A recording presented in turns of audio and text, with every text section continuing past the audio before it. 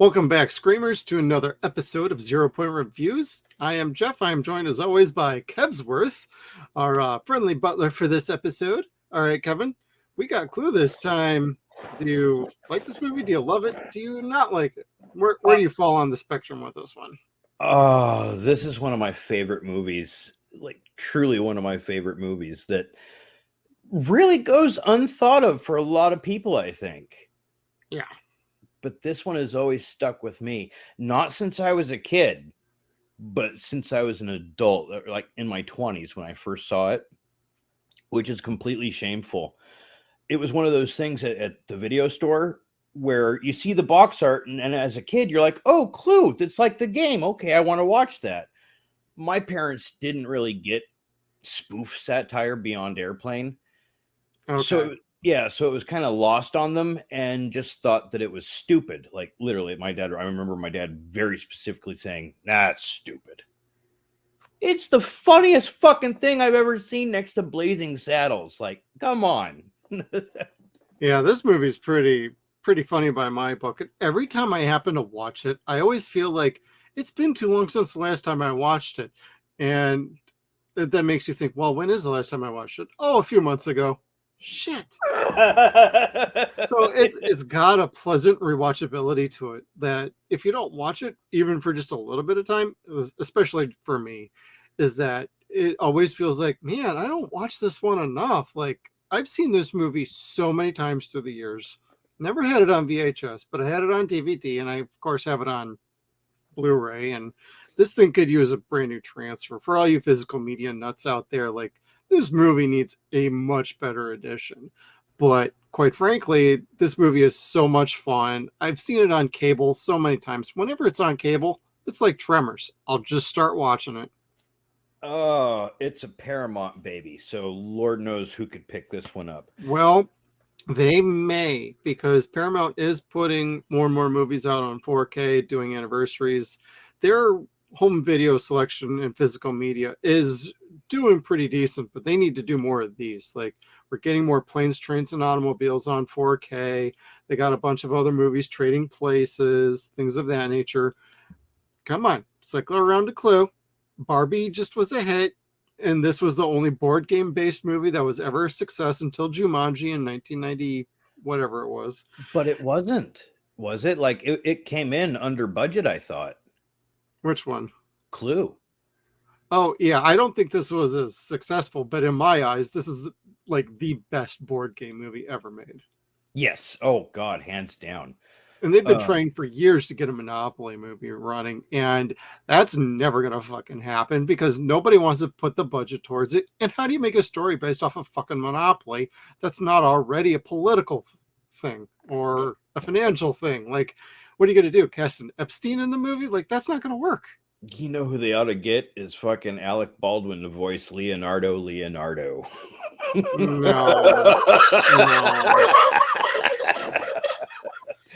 He'd be like Uncle Moneybags. Now, I don't know. Monopoly, I wouldn't see that being remotely good. Well, we saw how Battleship turned out, and boy, that wasn't exactly wonderful either. I still have not seen that movie, and I know that I've looked back on films that I was too, looking down my nose at it, like Tremors, but I don't think from what I've seen from Battleship equals as good as Tremors sequels, like the 2 through 4. No. And I have Battleship in my collection, so I've seen it, and I bought it when it was like $5. And I watched it, and I can't get rid of it, so it's therefore still there. I'm sorry. I really like Battleship the game. But I wasn't sure how they were going to do that. And when it came up with aliens, I was like, oh, of course. Well, it's not like the trailers weren't good. And there are moments to the movie. I ain't going to lie. There is some fun to the movie. But as a whole, just as a comparison to Clue, like it's as far away you can get. And they waste Liam Neeson in that. But by comparison to this movie, they waste no actor. No, they everybody's got a great role. They nail it to a T, and they all look like they're having a hell of a fun time. By comparison to Battleship, didn't look like too many people were having any sort of fun. You know, everybody that was in this movie is an absolute legend of the screen. Absolutely. And the movies that you were describing, as far as being the ones that are just fantastic that you could watch again and again and again, that could be said a lot of Tim Curry movies, like this, Rocky Horror. Granted, he's not in it, but like Little Shop of Horrors would be another one of those movies that I watch like at least once a year.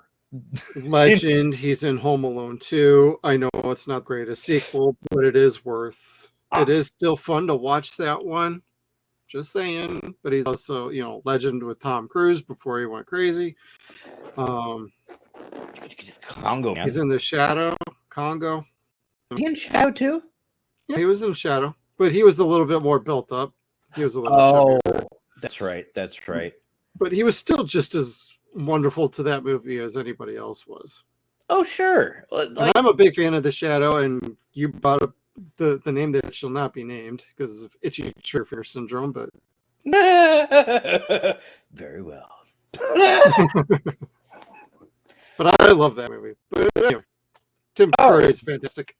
And he basically carries this movie, in my opinion, all the way through. He's like the glue for everybody else to be crazy, while he's still just as crazy, or if not more, in the role. Yes, like he is the most insane to keep the insane train going. And it's like he's narrating a situational sketch for each room that they go to, almost like someone like a dungeon master for the game. If Clue had a dungeon Pretty master. much. That's a very good description. Yeah. And it was fun. Like, and it was almost like watching fucking, what's his name, Luis on Ant-Man fucking tell a story. Oh, yeah.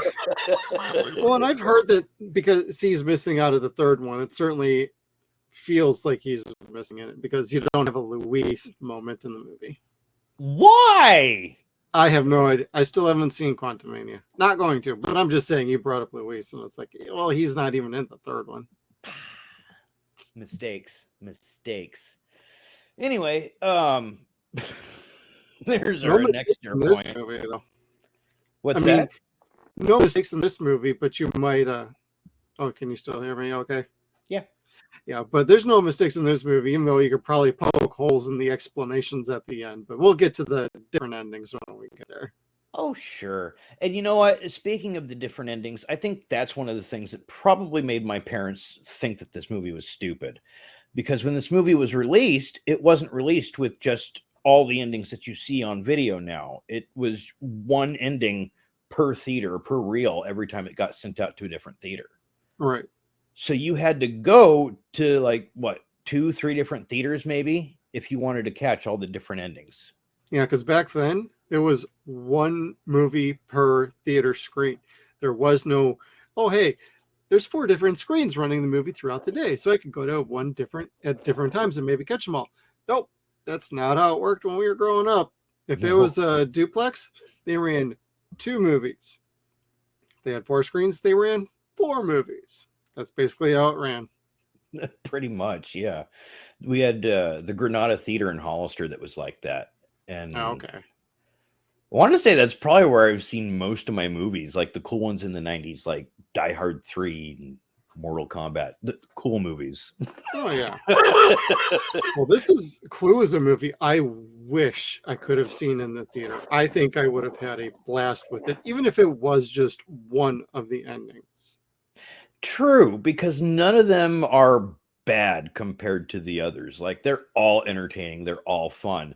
And the movie itself, up until each of those endings, is extremely fun as well. Like, you're going on this mad chase, and you think you know which way things are going. You think you know who the killer could be, where the weapons are going to come from, and they swerve you all throughout this movie, and it's all done really smart.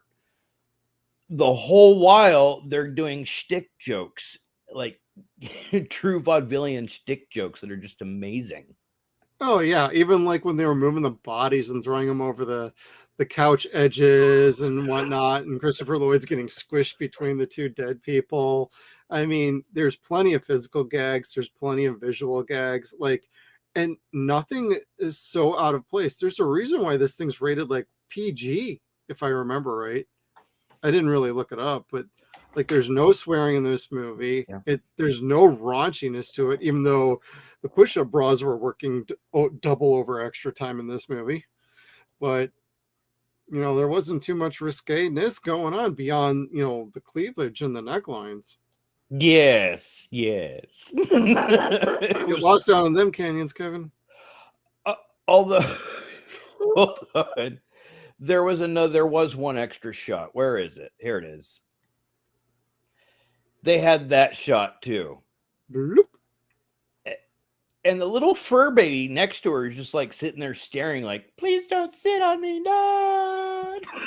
While the other guys in that room are like, please sit on me. Except for Mr. Green. Which is proved to be in one of the endings that was all a lie anyway.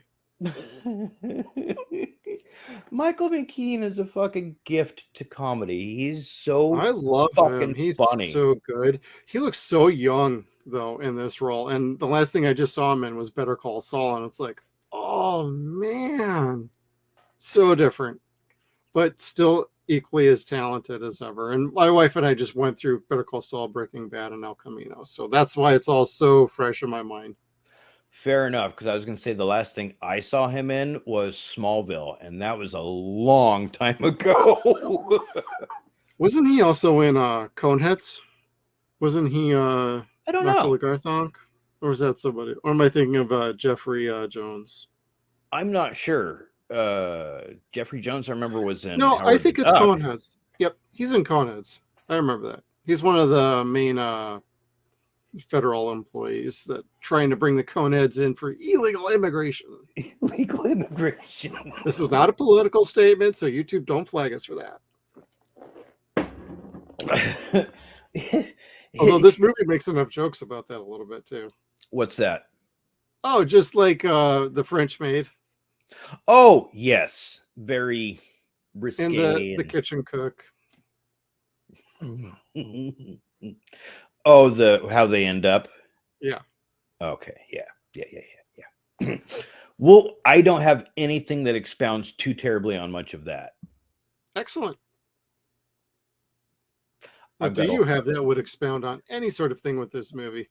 I mean, before you roll on, you were talking about like how well the movie was put together, and I got to give credit to like the editing, the writing, the pacing. Like this is a crisp 90-minute movie, and it never feels like they glossed over something, or they were moving too fast, or they dragged out too long on any sort of aspect. Like they were very meticulous. They almost had to be, because you're going based off the game, which can be very meticulous in nature.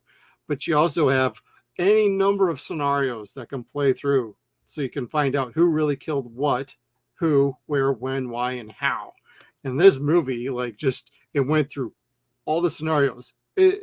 I think where they could have gotten lost is if they did like 5 or 6 different endings. I'm glad they stuck to just 3 different ones, and indicating which one was the preferred one by the director and the producers. Oh, the third one was? Yeah, when they say like this is how it ended instead of this is how it could have happened, and this is another one of how it could have happened, and this is what really happened. Oh, okay. So then the final ending, yeah. Okay. Yeah. But I love how this whole movie was constructed. It's very fascinating when you break it down by a technical aspect. Oh, yes. And each construct, the angle that they took, to your point, it was all equal. Everyone did it. Yeah. Like they even asked, let me see if I could find it here. They've got, and we're already getting to the end. Who did it? And they're all like pointing each other out because everyone killed somebody or everybody. Yeah, like there was an equal amount of deaths as there were suspects. I think that's the best way to put it. Yeah. Okay, I'll just go ahead and ask, which was your preferred ending then?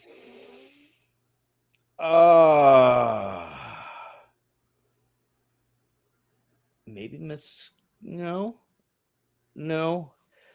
Because one was the Scarlet was the killer, the other was Peacock, and then it was everybody was the killer.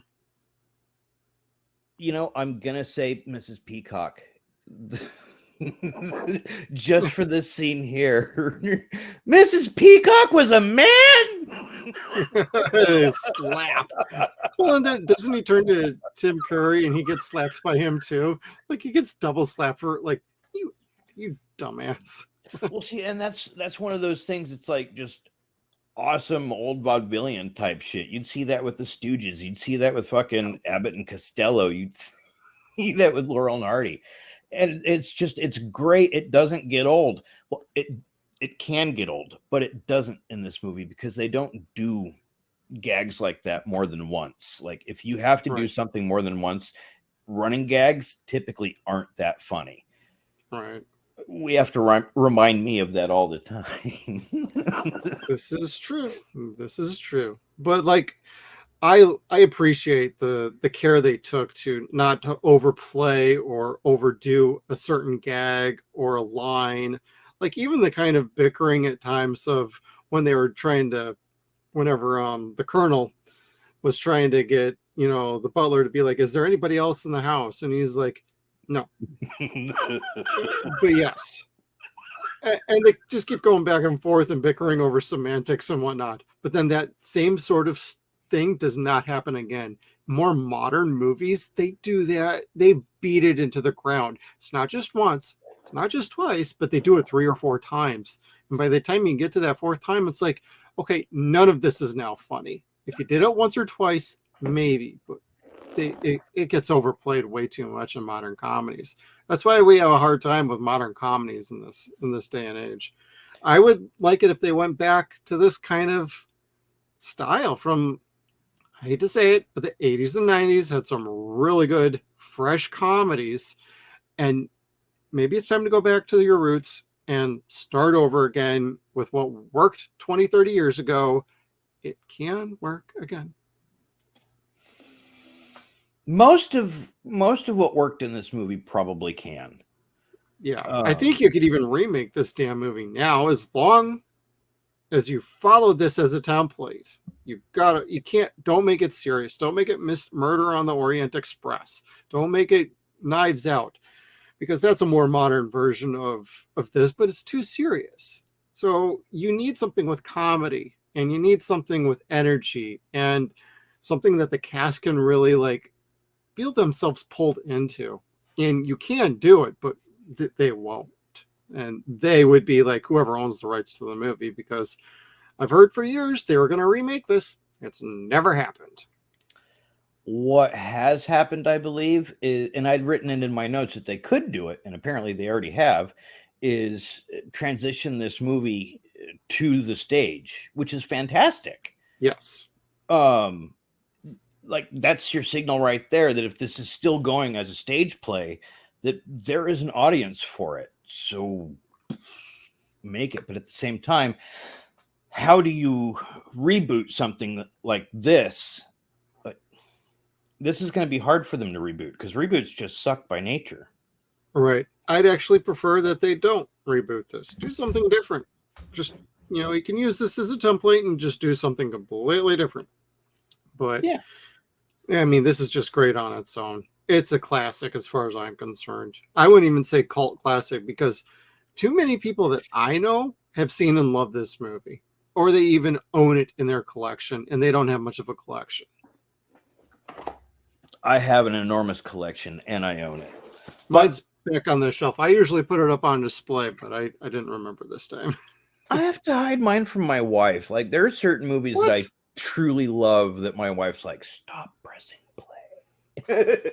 Is it because she'll sit down and watch it, or is it just because like, oh god, he's watching that fucking movie again? It's more of the latter. Okay. Like Clue just really wasn't her thing. The type of humor wasn't her thing, and that's fine. Yeah. But like I will sit and laugh hysterically at this flick. I will sit and laugh hysterically at any Mel Brooks situational comedy. I love this sort of stuff. And it's cute. Like you said, it's PG. There's nothing really wrong in this. There's no nudity. There's very little blood at all. Oh yeah, it's super minimal. Like this could play on freaking network TV and it would be considered, oh, this is pretty tame for What's on network TV these days? Well, Put it on Disney, that wouldn't be a problem. Please don't do that. I'm just saying. the only thing that they got really violent with was the strangulation. And they showed you a couple different times how Yvette got strangled, and it kept getting hotter and hotter until they got to Miss Scarlet. I wondered if you're going to try and go X-rated on this thing. I had to. Like, this movie is so fucking funny that I had very, very little to work with at all this week. No kink shaming here. No, none at all. Like, watch this in bed. It's healthy. If you say so. It's kink. Don't shame me. I'm not shaming. Just saying. You lost me, you fuck. Gotcha. Son of a bitch. It's another one for the big guy. Whatever. But no, I think like I had told you earlier in the week that there was not a lot for me to work with as far as like making jokes, because this movie is such a 5-star comedy, I think. Yeah, and we could just talk about the movie itself, and it takes care of itself. Like, there's nothing to really rip on about this. Of course, you made a few fun thumbnails, but that's about it. Oh, really, all I did was like just try to find some of the funniest moments out of this movie, because there are so many. There are so many like faces, that different funny ass faces that different actors make throughout the flick, and usually it's Michael McKean. Like when He's they're trying to play the serious role, yeah. Yeah, trying to play serious, and it just never ever works out. There's right here, this is his face, where he sees everybody making out as the cops walking around the house. Well, and knowing that all of them are dead. That face of shock and disgust. Well, the cop's just like, there's nothing wrong with But this. what And in his own mind, he's like, there is so much wrong with this. There is so much wrong. And he's like, but it's America. I didn't realize it was that free. It's a free country. I didn't know it was that free. It was just, the shit in this was so goddamn funny. Like the back and forth. And you lost me again because we were talking about the cop. The cop was telling him not to kink shame. Thank you. That's what I was trying to say. Pretty much. And even he had a role in this. Like, he was on the take for Yvette. Oh, that's right. He was. Oh, not Yvette. The girl in green up there.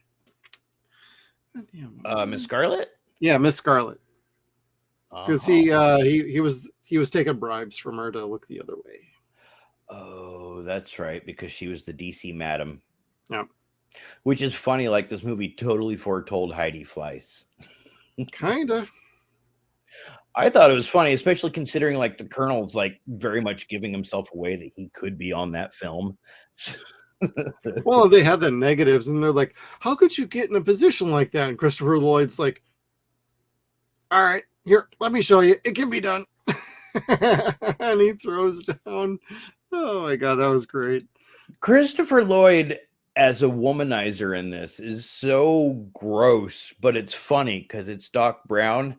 And I think that makes it even grosser, which makes it funnier for me. And it just keeps like escalating every time he does something worse. Because it's like the first time he does something like that, he just takes a full-on hand of Miss Scarlet's butt cheek to the point where you're kind of like, oh, is she going to shoot him now or later? Yep. And then he's also got his hand on the cook's butt, you know, in a later scene after she's passed away. Oh, yeah, when they made a Professor Plum sandwich. Yep. Where is it? I got an image of that because it was hard not to look away. But Christopher Lloyd looks so young. It's like, oh my God, was this movie shot in like the 70s? Yeah, like he's got his hand, fingers widespread. How do they put it? Roman hands and Russian fingers all over that big bottom. Makes the rockin' world go round. And I felt bad for when she died. Michael McKean again. Help me. Help me. And nobody came over. And even Scarlett came over, and she basically just stood there and just let him drop. Nobody helps him. Like, everyone shits on Mr. Green throughout this entire movie because he's gay. Yep. And that's really what it is they're shitting on him because he's gay. And he's also got that attitude, and I think he even says it, I know who you all are. Yep. Which is awesome because that gives away at least a little bit of foreshadow to how the end is going to come. Well, the real ending. Yeah, this is what really happened. I'm a federal agent, and I work for the FBI. Of course, we know everything about everybody in this house. Communism was a red herring. Oh, in hindsight, that makes me think of fucking a pup named Scooby-Doo because they always had that character. I bet it was red herring. Oh, yeah, that too. Communism. Yeah. I was just going to say the other thing with the different endings is it makes you want to go back and watch the movie again because they point out like several things, like how many shots were actually fired during the whole movie.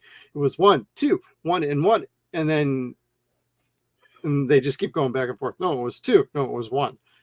No, it was 1 and 2 and 1 and 1. You're out of bullets. No, it was 1, 1 and 1 and 1. I have one more bullet left. And then he fires the gun. He's like, there's no more bullets left. Here, let me show you. And he's like, oh shit, it was just 1. Yeah.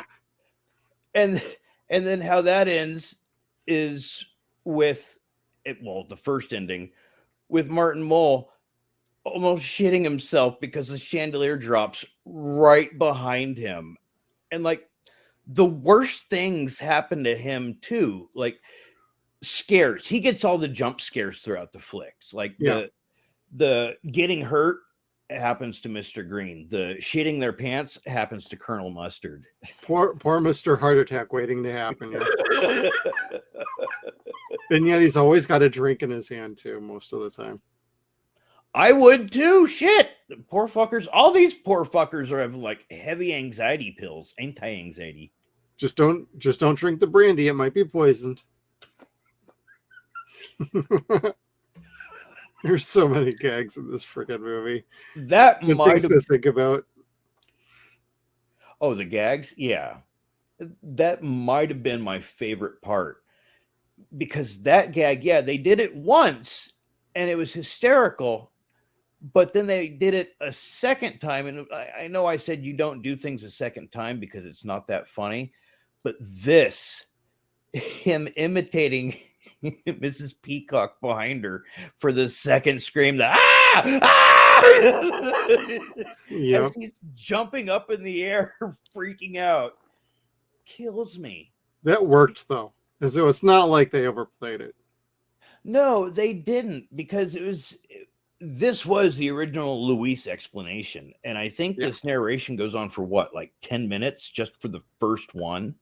Yeah, because they were setting up basically how they were going to do the endings, and then they would just cut back to where the explanation would begin on who killed what, or who killed who, and what, where, when, why, and how.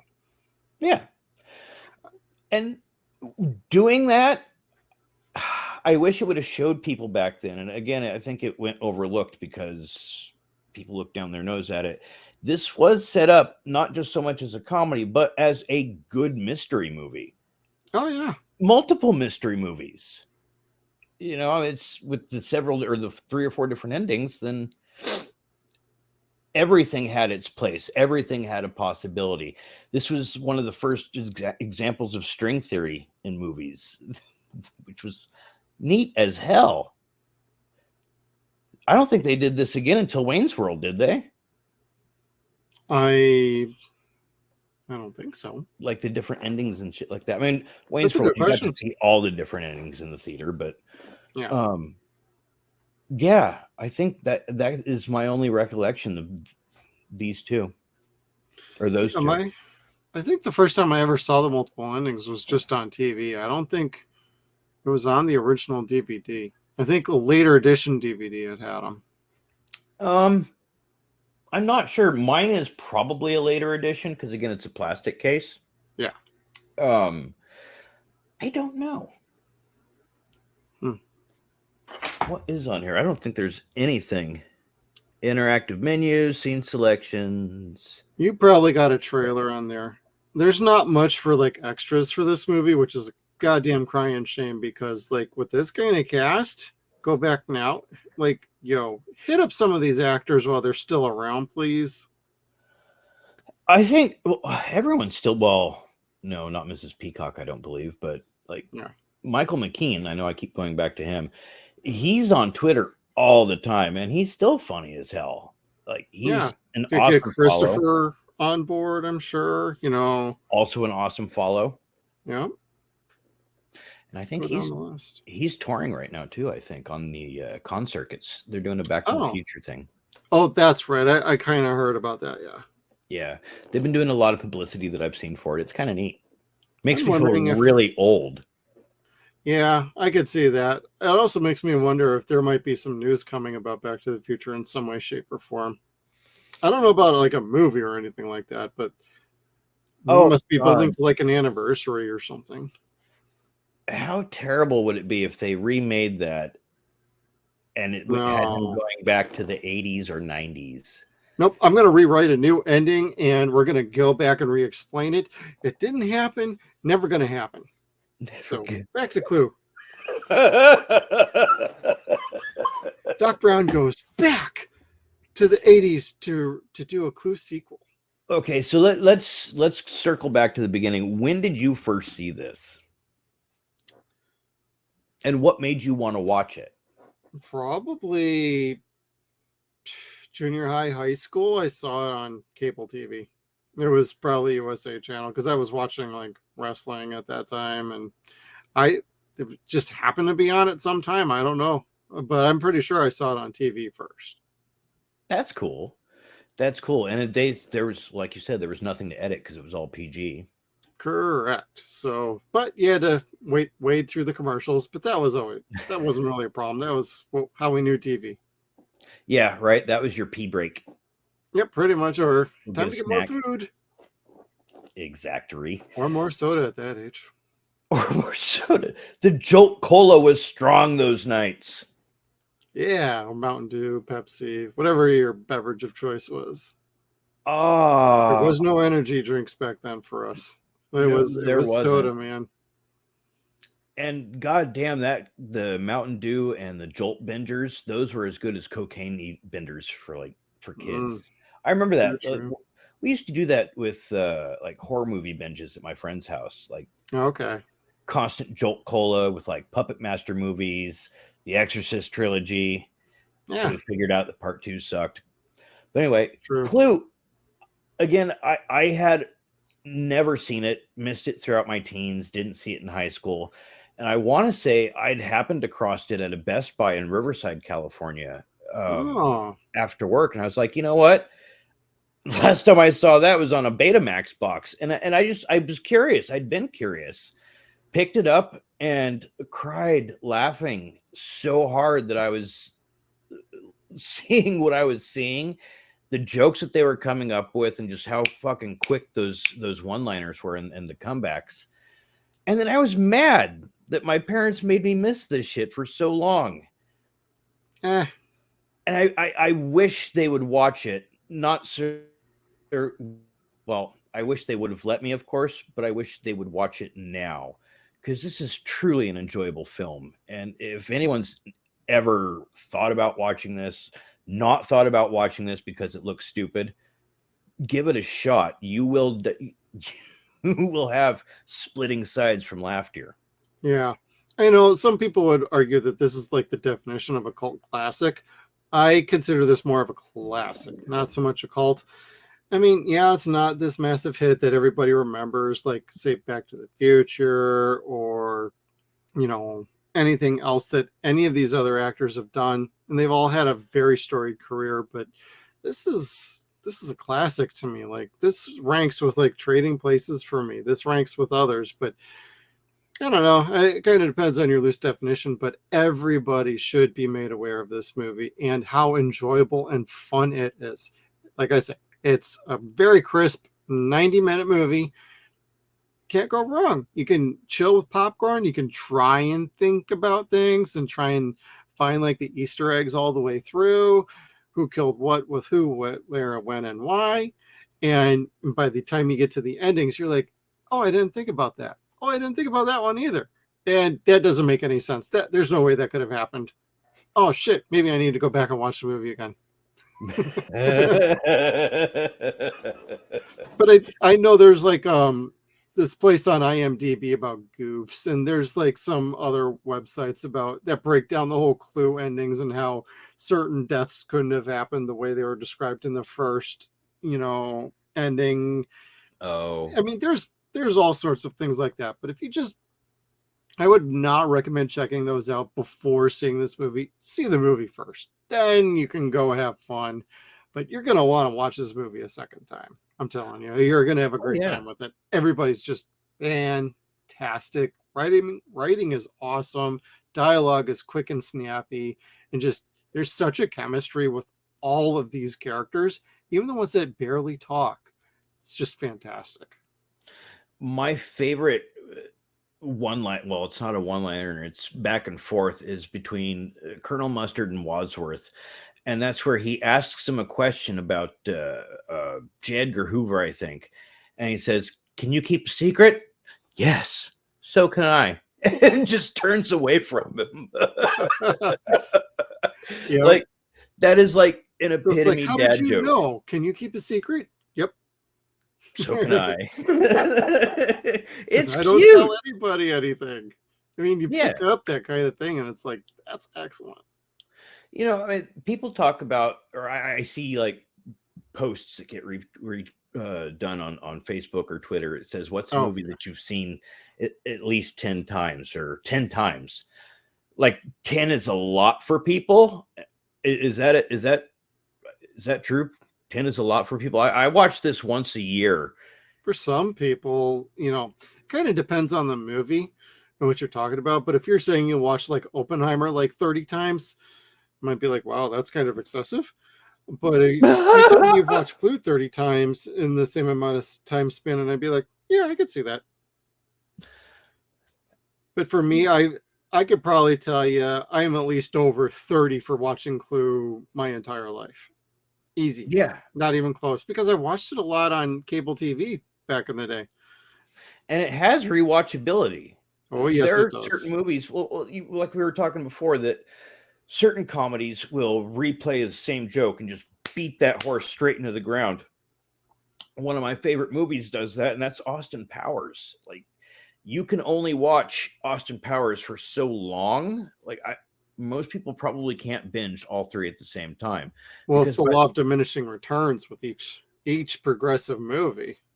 Yeah, and I think that's because by the time people got halfway through the second movie, they knew by the end of the third that they were going to be hearing the same jokes from the beginning of the first. So that happens, but not with something like this, like you say. Like, the jokes were organized. It didn't need to repeat itself. Like, it repeating a joke is like insulting the audience. Like, are you padding the movie? Are you letting them have the same joke over and over and over again? I don't know why people do that in comedies. This is the type where they have that organization of we're going to tell this many jokes. We have this kind of joke to set up, so let's set it up back here so it's a callback. And that's, I think, what they do with the FBI thing, where let me see, where is it? Because again, we're going back to faces. Here it is. "I know who you are." Like, this picture right here is going to tell you how the movie ends. Like, that smug fucking look. Oh my God, I know, right? It's just so well done and so well shot. Like, even the house itself is a character in this movie, and that's fantastic because that's important to the game. Like, the whole board is this whole house, and that's how you determine. Professor Plum killed, the maid in the library with a kitchen knife. And that's how it breaks down, and that's how the movie feels. And it's so important that the house feel like a character, and like the goddamn mansion feels like it's massive, and it feels like even by the end of the movie you still haven't seen the whole house. Exactly. This movie succeeds so well for just a little board of X amount of rooms. I don't remember how many is it, like 6, 8. Yeah. When you get a game that has such a bigger area that shows you less, like Resident Evil, this movie left you feeling like it was so much bigger than that game's movie did. This is the kind of house you could shoot the very first Resident Evil movie in, to give you that gigantic mansion being bombarded by zombies and zombie dogs and everything. Like, this is the kind of place you want for a setting for that. And it almost felt like it would have been perfect for it too. It's like Rose Red. The detail is just beautiful in this. Mm-hmm. A lot of it is, and I know they trashed a couple chandeliers in the making of it, but like everything was expensive, beautiful, shiny, reflective. Like all the floors marble. Well, it's set in 1954, so they were really working overtime to make sure that everything was as like period accurate as possible, right down to the old corded telephones. I bet none of you youngins know about those things unless you've been to your grandparents and you're like, what the hell is that on the wall? Oh shit. Does it spring back? Does it recoil? Oh, I can go 40 feet into the other room and then the cord stops. Damn it, Mom, where's my cell phone? How do I redial? Exactly. Especially if it's a rotary. That'd be so funny. I don't know how many people we just lost. Probably like only 1 or 2. Well, if we lost 1 or 2, maybe we could get a couple more back. And you can help us hit 250 by commenting, and subscribing below. Yeah. But back to our review. About that, tell your friends about us. Spread us around like HPV. Make sure everybody has us. But make sure you take antibiotics and don't really spread that. That's not going to help you. We're already we're festering within you. No sanitization will ever help you ever again. Now back to our regularly scheduled review of Clue. Let's get back to Moida. One of the people that's in this that I haven't talked about that was a gift to humanity was Madeline Kahn. Oh, yeah. As Mrs. White. Like, she took the character in a different direction, because I think Mrs. White in the game is like looks like a maid. Okay.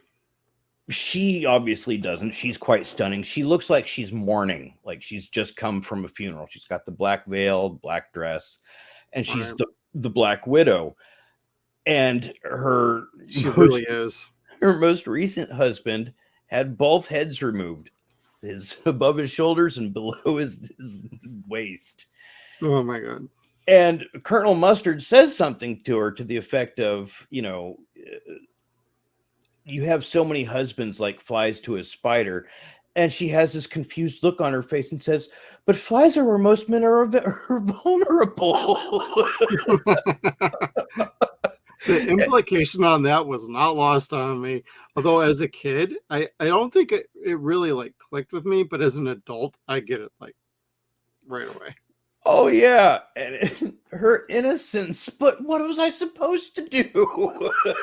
Well, what's also great about that particular scene is she does so much with so little dialogue in the movie. And then when she does talk, it's like you got to pay attention, because also like I don't know how it comes up, but he's like, don't you feel bad about having so many husbands? And all she can say is like, husbands should be like Kleenex, soft, strong, and disposable. And I don't know why it just cracked me up so hard this time.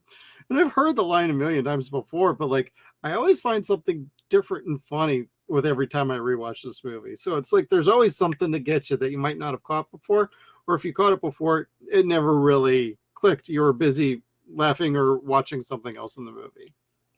Exactly, yes. And that's the neat thing about a comedy like this. For me, what that was this moment here where everyone gets scared and lets out this horrible scream, except for her. She's so she lets out this teeny tiniest little ah. I also love it when she's like, I'm feeling flames on the side of my face. Oh God. Flames on the sides of my face. This was But I can't replicate it. She does it so uniquely. It's like, oh my God, what is going on with this woman? Somebody change the batteries, please. and people were like forgiving her because she was broken. Yeah. Like, I think okay, she broke. flames from the sides of my face. No, that's probably the most famous line from this movie, I think. Yeah, well, years ago, I had a friend who, when we talked about movies, she's like, have you seen the movie Clue? And she's like, flames on the side of my face. I'm like, oh my God, you know Clue. It was so funny. That's awesome. That's when you know that you're in a club with somebody. You can get the special handshake and everything.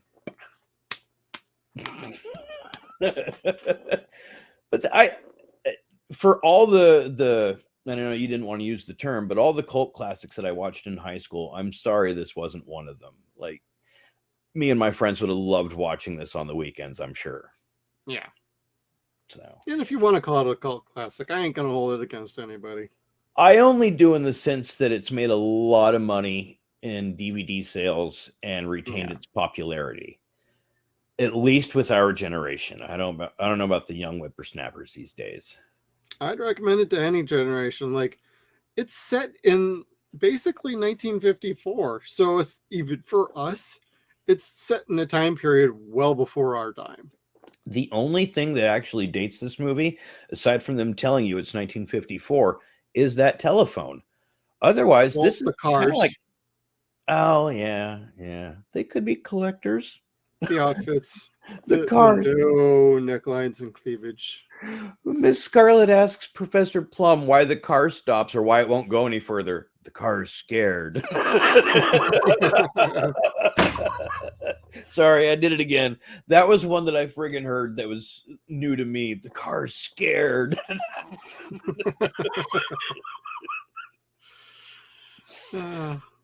This flick is great. Like, what we should have asked people this week was, what was your favorite line from Clue? And what I did is I asked people another question that kind of agitated people, which hey, that's my co-host. Good job, buddy. Yeah, like, I'm used to doing that, just trying to do it. I didn't mean to naturally upset people. What I asked people is which movie do you find funnier? And this could change with the weather. Like, it's right now, what do you find funnier? Clue or Blazing Saddles? Because Blazing Saddles, like, most people would say, is the funniest movie ever made. It really depends upon who you are. This, I think it's comparable and just doesn't get the respect. And it does, because we took a poll and it wasn't close to half, but 32% did say, yeah, Clue's the fucking funnier movie. One out of every 3 people. Yeah, right then and there, a lot of people were wanting to say Clue. And with that, and again, it was with both movies, people were just like throwing out one-liners, and I probably should have asked that. If we ever revisit Clue, come back to the mansion, probably will ask that. Or just write in. Yep. I was going to say, just throw a comment below. What's your favorite line out of Clue? I'd love to hear it, and we'll interact with you too. So we're very involved. If you have a comment below, throw it down. We'll reply, and we'll also like it. Even if we... Oh, no. Kevin. I'm not. Oh, God, it hurts not to say. Okay, never mind. Anyway, so... Welcome to 0-Point Reviews, everybody. Yes, I'm Kev, and this is Jeff. So I came up with a tally, or I wanted to come up with a tally of the different deaths and scores in this movie. Ooh, good idea. There were so many, And I believe there was an immediate 5. Where did we go from there? There were, come now. Here we are. 6. Yvette made 6. No, Yvette was 5. I fucked up. Here we go. Yvette was 6. 0 fucks given. Like, everyone walks in, sees her dead body on the table, and just walks out with 0 fucks. They're like, yep. Another one. And they did the same thing with the lady with the singing telegram. They dropped.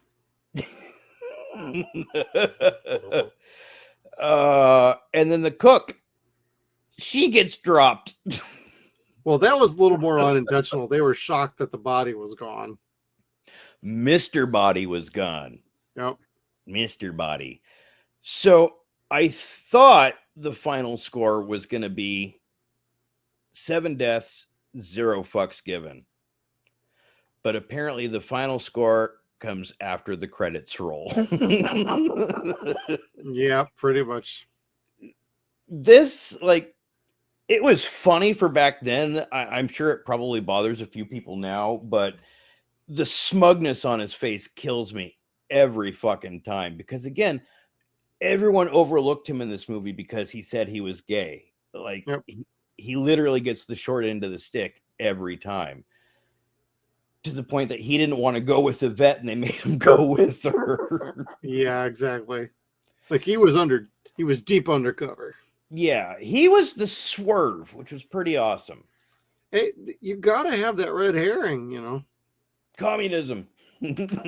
Which, did they even mention communism in this outside of saying communism is a red herring?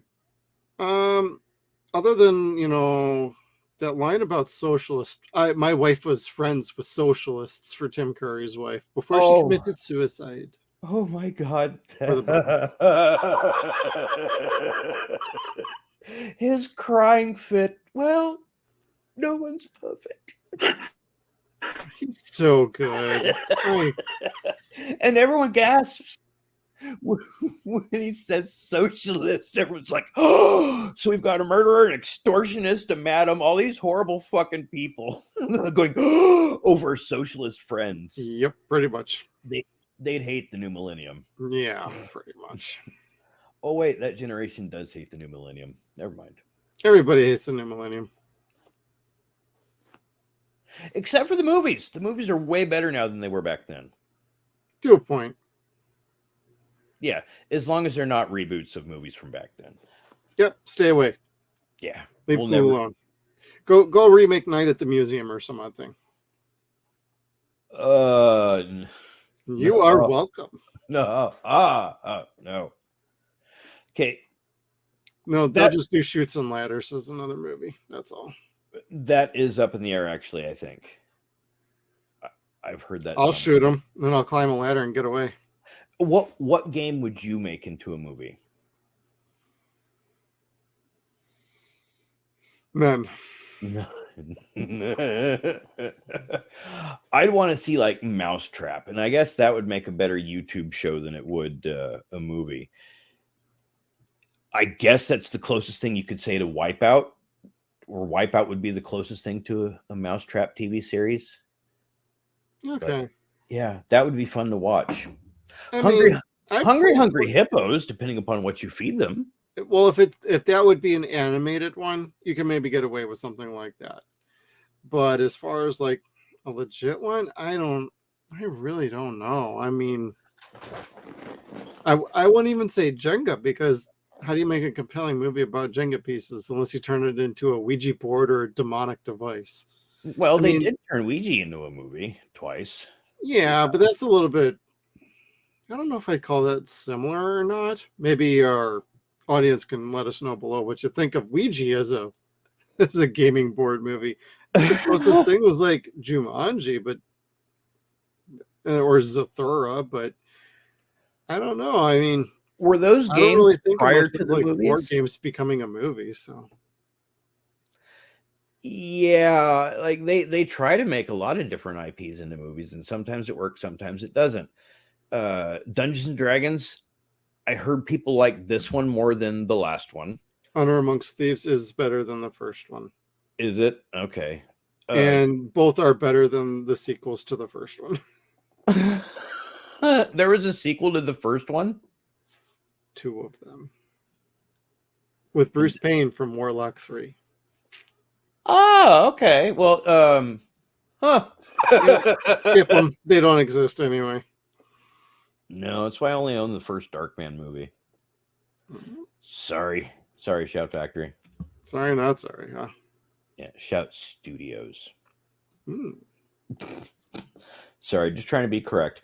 I don't know. I honestly don't know. Monopoly is not one I'd really like to see made into a movie. Trivial Pursuit, no.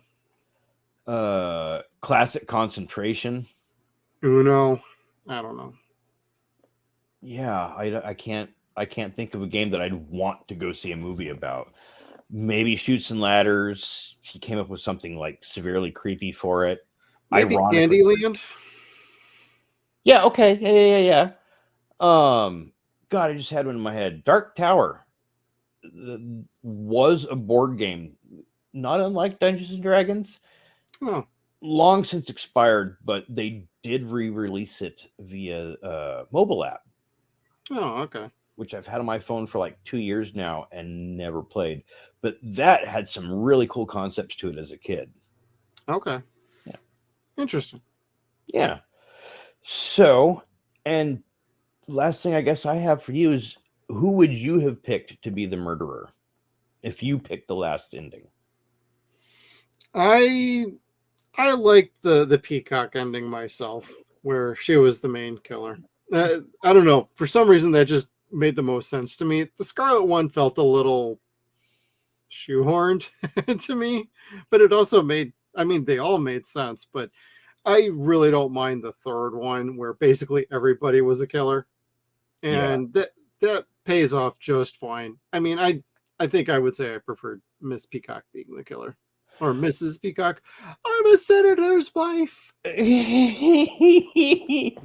That's right. I like the captain in her arrest. Oh, yeah. Mrs. Peacock, the kingdom of heaven is at hand. Bitch! Oh, yeah, that's right. That was pretty good.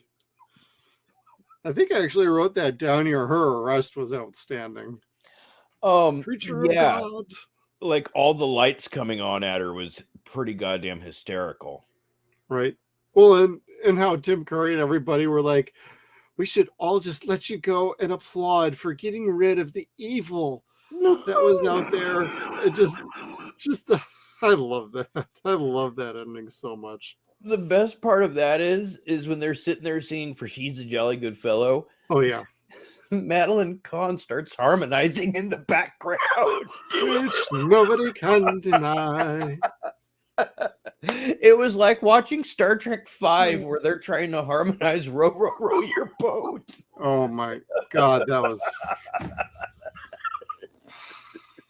Thanks for putting that image in my head, yo. Sorry, my work here is done. Good night, folks. Roll credits. And that's all, folks. But no, actually, when I was watching it the last time, and they started the For She's a Jolly Good Fellow, I actually started singing along. I'm like, I know what's going on here, and I know what's going to happen. This is great. I liked their idea of getting rid of her. Like, we won't say out shit. Of the house. She'll take care of it on her own outside. Yeah, right. Let go with God. Bye bye. We're just gonna stay here and not say shit. Yep. So, I don't know. I probably would have gone with Colonel Mustard. I don't, probably just because I would want to see Martin Mull freak out more. He's a godsend too. You think he would have gotten shot, or do you think he would have just been arrested? Probably shot. Probably would have been a gut shot, so he'd have time to be like, oh, and do something funny like Wadsworth had. Okay. I like it. That's the only reason why I don't like the Wadsworth ending, is because Wadsworth dies. It's like, but I like Tim Curry. But he was really Mr. Botti, and Mr. Botti was really the butler. And he's so beautiful in this, playing terrified, suave, in control, terrified again, sinister, and crying, not terrified, terrified again though, sorrowful. Like, he goes through the entire spectrum of emotions in this movie, and it's just such a joy to watch. Yep. That's why I pretty much call him the center and the core of this movie. Without Tim Curry anchoring this crew and this cast, like, I don't know how well the movie really holds up. But the way it all works out, the way it ends, just the whole construction of this movie from beginning to end, it's a work of art. And it's too bad it never got more sequels or anything like that, but that's okay. It wasn't necessary. We have a beautiful movie right here all by itself. And Kevin, unless you got anything else, I'll wrap us up. No, other than this is a perfect movie for me. Again, if you haven't seen it, check this flick out. Have a good time, have a drink, whatever. This movie's worth your price of admission. It's worth your hour and a half. You're going to walk away with hurt sides. Absolutely. And we're also going to have an affiliate link down below in the description. So you'll be able to go to Amazon. And if you want to pick up a copy, if you click that link and you go shopping, it sends a couple cents our way. So if you want to do that, that would be totally cool. Otherwise, thank you for tuning in for Clue with Jeff and Kevin. And we'll see you all next time. Make sure you check us out on all of our social media platforms. We got Facebook, Twitter. We are at Suns and Shadows. We're also on Instagram at Suns and Shadows Cast. We are at SunsAndShadows.com. Thank you again, everybody, and we'll see you down the road.